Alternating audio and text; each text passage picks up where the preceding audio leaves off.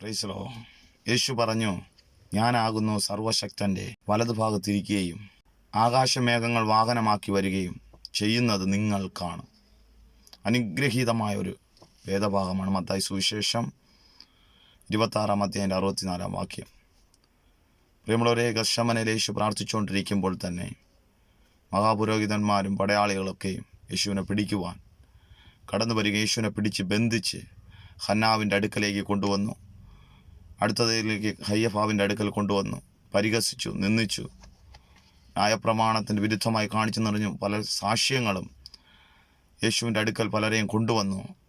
അതൊന്നും ഒത്തുവരായികയാൽ മഹാപുരോഹിതൻ ചോദിച്ചു, നീ ജീവനുള്ള ദൈവത്തിൻ്റെ ക്രിസ്തുവോ? പറ. യേശു മിണ്ടിയില്ല. പിന്നെ മഹാപുരോഹിതൻ അതിശക്തമായിട്ട് ചോദിച്ചു, ഞങ്ങൾ ജീവനുള്ള ദൈവത്തെ കൊണ്ട് ആണയിടുന്നു, നീ ക്രിസ്തുവോ? യേശു പറഞ്ഞൊരു പദമാണ് ഞാൻ പറഞ്ഞത്.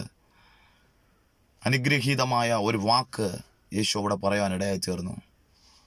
ഞാനാകുന്നു സർവശക്തൻ്റെ വലതുഭാഗത്തിരിക്കുകയും ആകാശമേഘങ്ങൾ വാഹനമാക്കി വരികയും ചെയ്യുന്നത് നിങ്ങൾ കാണും. അതേ പ്രിയമുള്ളവരെ, കർത്താവ് വരുന്നത് വിശുദ്ധന്മാർ കാണും. ദൈവം നമ്മെ ചേർക്കുവാൻ വരുന്നത്, ദൈവം നമ്മെ വിടുവിക്കുവാൻ വരുന്നത്, ദൈവം ദുഷ്ടലോകത്തിൽ നിന്ന് നമ്മെ വീണ്ടെടുക്കുവാൻ വരുന്നത് പലരും കാണും. അത് വെളിപ്പാട് പുസ്തകത്തിൽ പറയുന്നുണ്ട്, കുത്തിയവങ്കിലേക്ക് അവർ നോക്കുമെന്ന്. ഇന്ന് പകൽക്കാലം ഞാനൊരു നല്ലൊരു സന്ദേശം നിങ്ങൾക്കുമായി കൈമാറുവാൻ ആഗ്രഹിക്കുന്നു. യേശു നിങ്ങൾക്ക് വേണ്ടി വലിയ അത്ഭുതങ്ങൾ ചെയ്യാൻ പോവുക.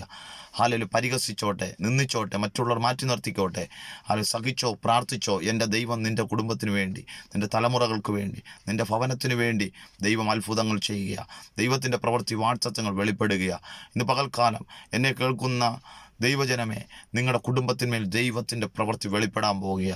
യേശുവിനെ നിന്ദിച്ചു, പരിഹസിച്ചു, യേശുവിനെ മാറ്റി നിർത്തി, ഒറ്റപ്പെടുത്തി, കളിയാക്കി, തുപ്പി, അടിച്ചു, പല നിന്ദകളും യേശു സഹിച്ചെങ്കിലും യേശു പറയുന്ന ഒരു വാക്ക് പറയുവാൻ യേശു തളർന്നില്ല.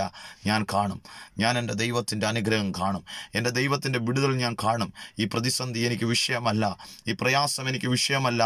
കർത്താവിൻ്റെ പൊന്മുഖം കാണുവാൻ, എൻ്റെ ദൈവത്തിൻ്റെ വിടുതൽ അനുഭവിപ്പാൻ എൻ്റെ ദൈവം എന്നെ വിളിച്ചു വേർതിരിച്ചെങ്കിൽ നിശ്ചയമായി ദൈവവൈതലെ നീ വിശ്വാസത്തോടെ പറയുക, ഞാൻ കാണും. ചിലത് നിന്റെ കണ്ണിൽ കാണും. ഹല്ലേലൂയ. ദൈവത്തിൻ്റെ വാഴ്ത്തത്വങ്ങൾ, ദൈവത്തിൻ്റെ പ്രതിസന്ധിയിൽ നിന്ന് നീ കടന്നു പോകുമ്പോൾ ദൈവത്തിൻ്റെ വാഴ്ത്തത്വങ്ങൾ കാണുമ്പോൾ ആഹ്ലാദിക്കും, സന്തോഷിക്കും. ലേഖനത്തിൽ ഇപ്രകാരം പറയുന്നുണ്ട്, സഹിച്ചാൽ കൂടെ വാഴുവന്ന്. ഈ കഷ്ടത, ഈ പ്രതിസന്ധി നീ സഹിച്ചോ, ദൈവത്തോട് കൂടെ വാഴുവാനാ. ദൈവം നിനക്ക് വേണ്ടി വൻ കാര്യങ്ങൾ ചെയ്യുവാനാ.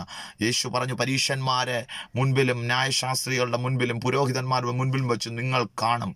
അതേ പ്രിയരെ, ഹല്ലേലൂയ. മധ്യാകാശത്തിൽ വരുമ്പോൾ, വിശുദ്ധരെ ചേർക്കാൻ വരുമ്പോൾ കുത്തിയവങ്കൽ പലരും നോക്കേണ്ടി വരും, പലരും കാണേണ്ടി വരും.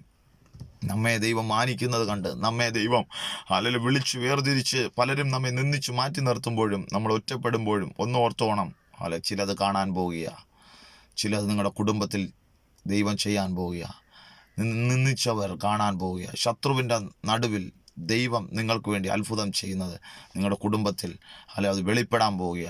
God bless you.